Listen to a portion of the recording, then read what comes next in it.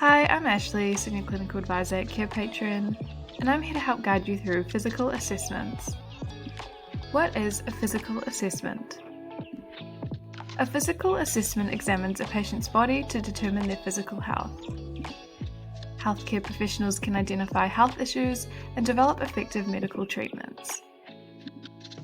The physical assessments are a great way to establish trust and work through a collaborative relationship. It involves assessing the patient's appearance, vital signs, heart and lung sounds, any tenderness or swelling, as well as the range of motion and reflexes. They are highly versatile and can be used by physicians, nurses, and chiropractors. Here's how to use the physical assessments effectively. The first component is to read all steps within the procedure. You will then need to read all of the reminders and ensure that they are kept at the forefront of your mind. To complete, conduct the procedure and record any notes if needed. To access our sample physical assessment, feel free to go to carepatron.com.